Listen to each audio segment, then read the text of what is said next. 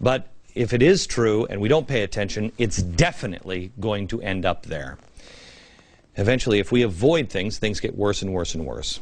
And people listen less and less and less. I mean, how do you think the Germans built concentration camps in towns just right outside of towns? How? Because people don't want to believe horrible things. If you want to survive, you have to look at things that are true and prepare. Prepare for the worst, hope for the best. I don't want these things to happen. Who does? But we have to be willing to drop politics and just think as Americans, Democrat, Independent, Republican, look out of that box because we're entering a new time. Things have changed. This time period that we're in, that we're entering now, a very small window, it happens every time in history. I call it the Archduke Ferdinand moment. And I've been talking about this for years, but here it is, a year ago, November 17th, 2008. I've been talking for 5 years about something I call the perfect storm.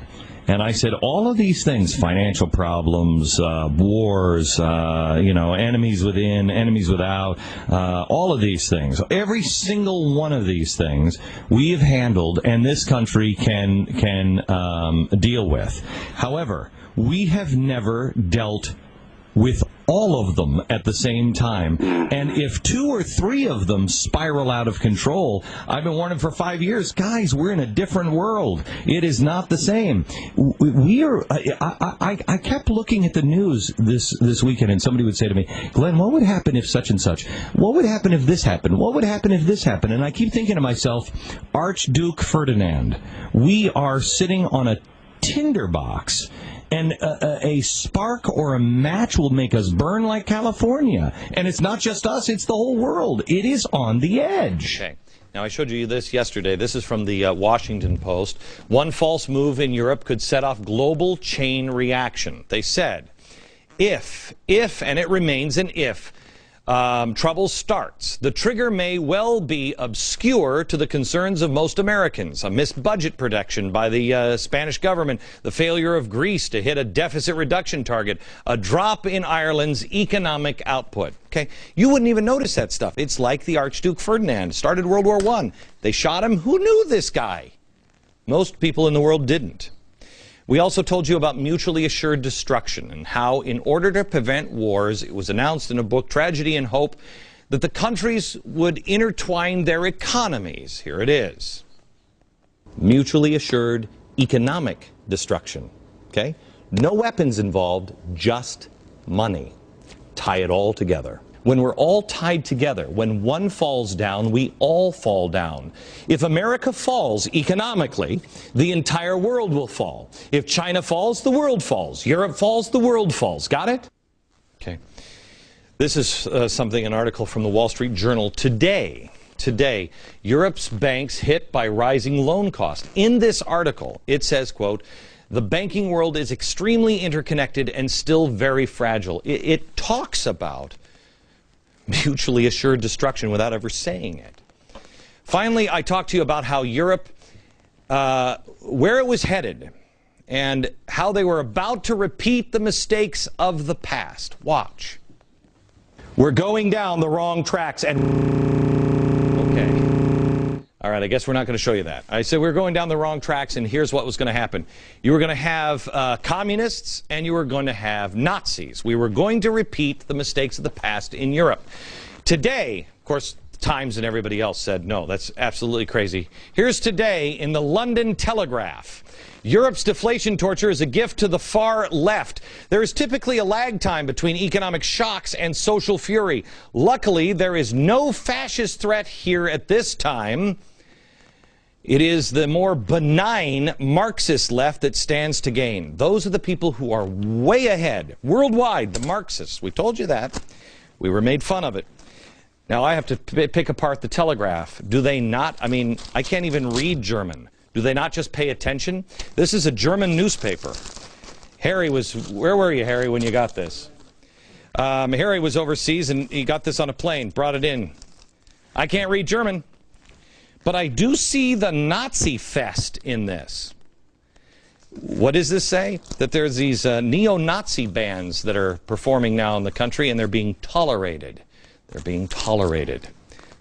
The crazy Nazi right is rising over there. That's why our right, small government, and our left, big government, needs to be decided.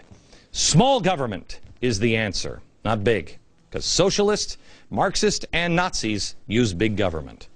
All right, that's where we've been over the last couple of years. I think we have a pretty good track record. We've been wrong as well, but the big picture has been right. That is important to admit and address, because if you're going to go to a doctor, you want to go to the doctor with the one that can actually has a good record of diagnosis. We have a pretty good one. Again, not a perfect one, but pretty good. It's important to know, because I want to tell you what's coming next. And I hope I'm wrong on this, but everything seems to be falling into place. And in the end, tonight I'm going to leave you with a very simple answer. It's important. It's a solution. So don't miss a second. Back in a minute.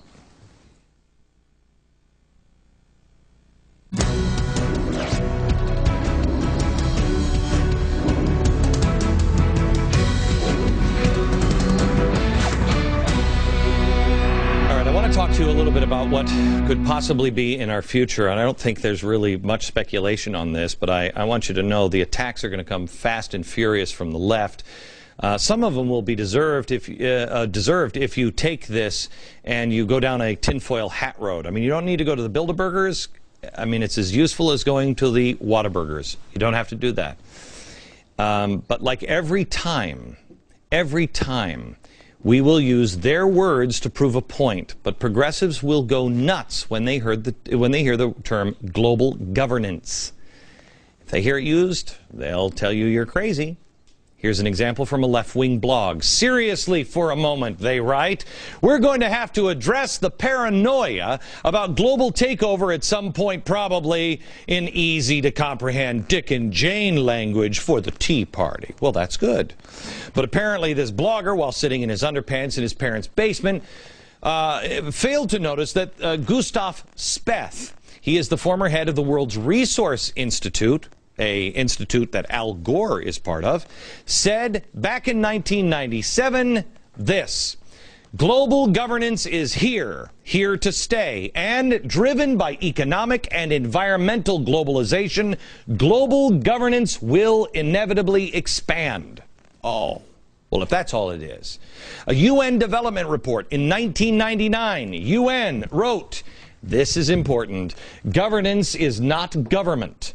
It is the framework of rules, institutions, and practices that set limits on behavior of individuals, organizations, and companies. Oh, well, if it's only setting limits on you, but it's not a government, oh, I'm fine with it.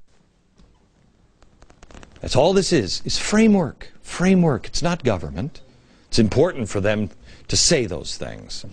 All of these financial regulations that are being put into place, it's bogus, and it leads to this. The bailouts, bogus, it leads to this. Climate change leads to this. It is a framework for global governance. Europe says they want it. We'll show you what they said in a minute. The IMF is implementing it in Europe. They're telling now sovereign nations what to do right now. But we're not moving towards it here in the U.S., are we? Well, let me show you what the UN said about land use. Private land ownership is also a principal instrument of accumulation and concentration of wealth, therefore contributes to social injustice. If unchecked, it may become a major obstacle in the planning and implementation of development schemes. Wow. Hey, on a completely unrelated note, have you noticed what our government has been doing? Fannie and Freddie already back 96% of U.S. residential mortgages. They will own or guarantee $5.5 trillion in mortgage debt. That is half of the current market. Plus, the federal government already owns 30% of land in America. They have plans now to seize another 10 million acres just this year from Montana to New Mexico. Land can be a problem, you know. And by the way, they're only doing this. They're only doing this for new monuments they want to build.